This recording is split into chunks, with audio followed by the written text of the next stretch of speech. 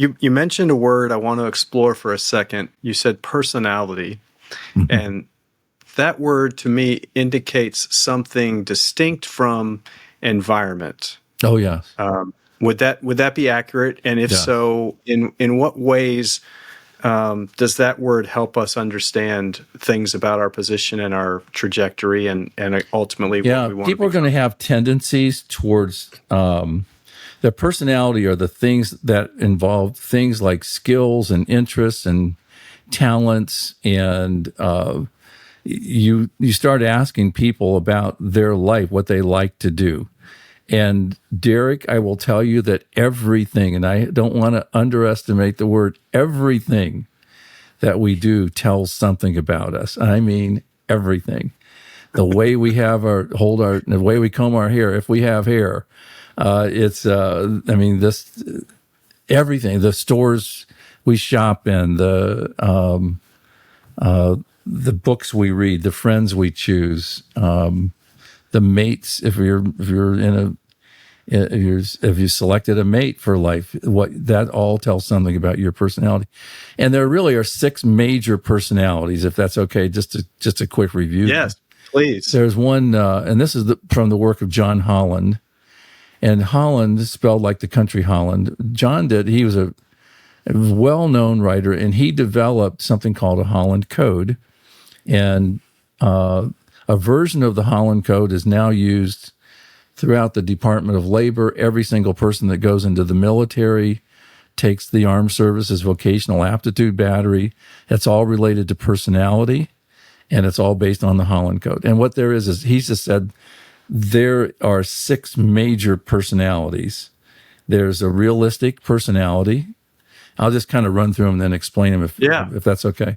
That'd be There's great. a realistic, then there's an investigative, there's an artistic, a social, an enterprising, conventional.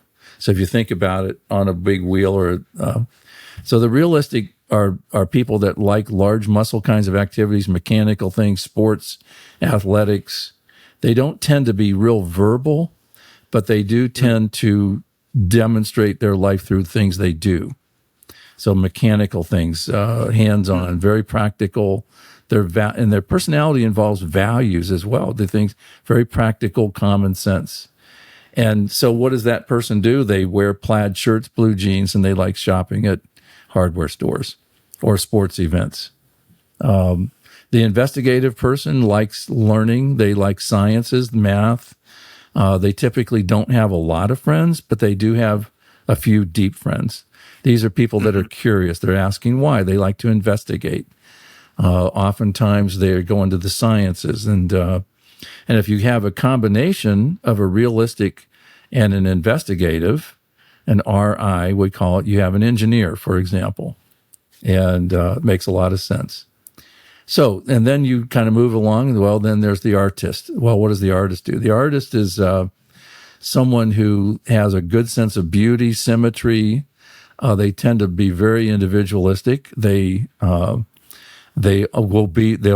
march to their own drummer. They very unlikely are told what to do. They're just like, I'm going to do it my way. Thank you very much. But they tend to have a good sense of beauty and newness and freshness. And they don't typically follow the crowd. They typically will be willing to go their way. So if you have a combination of a realistic, an investigative, and an artist, you get typically like an architect, because an architect is really a creative engineer, for example. Yeah. Well, then the social is a person who loves people when they can help them. They come alongside, and that field is highly populated by teachers and counselors and pastors, particularly helpers and caregivers, the high in the social. They have a high, what we call SQ. They can read the room. They know who's hurting. They will walk in. And interestingly, the realistic is opposite of the social. And I'll send you a chart on that, and you can post it if you want. It might be very interesting. So the realistic is opposite of the social. And then you have not only realistic, investigative, artistic, social, then you have the enterprising. Well, the enterprising, think of you, Derek. These are people that tend to go into leadership roles. They like people, but whereas the social helps people, the enterprising leads people. They tend to move into positions of leadership. They value things like, they're competitive. They're not afraid to take charge. They're not afraid to direct, teach, train, influence. Sales are highly represented by your enterprising. And then, for example, so I'm kind of going through this now. The enterprising is very opposite of the investigative, and Yes. so, which is interesting because some people say, well, the investigative is, they're 10 inches deep, or 20 inches or a foot deep, whereas the enterprising is very wide. Their influence goes wide. And then you have the conventional. This is the one where these are people that love organization, standard operating procedures. These are the people that keep you organized. And you can see that the conventional is opposite of the artistic. Well, a conventional might be drawn to an artistic person in a relationship because the artist is fun, and the artist might be drawn to the conventional because they're steady and stable. And so you can, once you understand the dynamic, you can see. And by the way, these personality traits show up very early in life, typically around 7 and 8 years old. And that's why the Bible says, train up a child in the way that they should go. And when you find out the bent or the personality or the way that child's going, if they're more realistic or investigative or artistic or social or enterprising or conventional, and you give them training in the way that they're going, they're bent. When they're older, of course, they're not going to depart from it. It's amazing if you get that. That's really an interesting interpretation of that verse as well, because I don't know that it was always instructed that. No, I always grew up, if you spank them enough and make them feel guilty enough, then they'll just want to turn out to be preachers and missionaries. Right. It really means that you take something that's wild and give them a taste for something that's good. That's what the word train means. And if you find out the way that child is going, and you give them instruction and training and experiences, that realistic child, you give them tinker toys and tools and sports opportunities. That investigative child, you give them science equipment and opportunities to learn. The artistic child, you give them opportunities to be creative. That social child, you give them opportunities to serve. That enterprising child, you give them opportunities to lead. And that conventional child, they just like organizing things.